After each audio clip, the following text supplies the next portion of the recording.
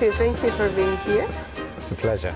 And well, tell us a bit about it, Frida's music, and how do you like it? Well, Frida's been a really interesting journey because I've been involved with the project right from the very beginning, before Peter actually even composed a note, because one of the things that we have to discuss is exactly what the instrumentation is going to be, because if he writes for very large percussion, which was his idea all along, then the kind of logistics of it, but also from the very beginning it was very clear that Peter wanted to kind of try to capture the kind of the sounds of Latin America.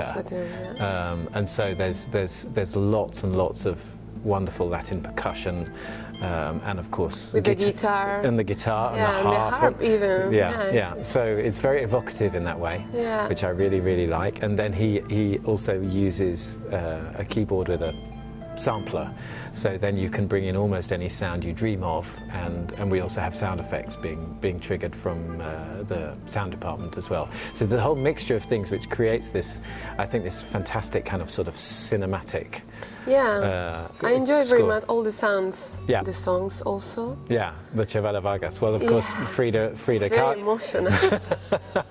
Frida and Chavela were really close friends. I know. So that's really interesting. They were more than friends. Well, apparently. Well, I wasn't there. The it's very much related to it. Yeah, and I actually think it's such a brilliant idea to bring those songs in to the score, because it creates a really different dynamic in a different pacing, you know. So you have the orchestra colours, and then you have these moments, and of course what her voice brings in terms of emotion is just amazing.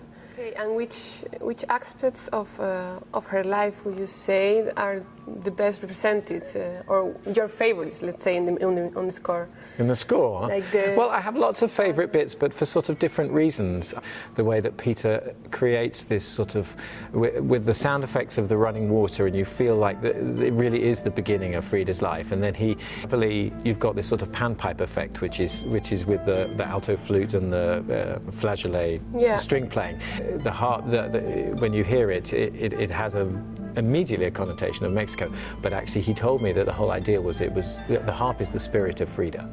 So I want to ask about it because it's very relevant. Yes, so with the leitmotiv. Yeah, that's right. So, and then you have the clarinet with this klezmer type thing, because some people say that she had Jewish roots. You're thrown.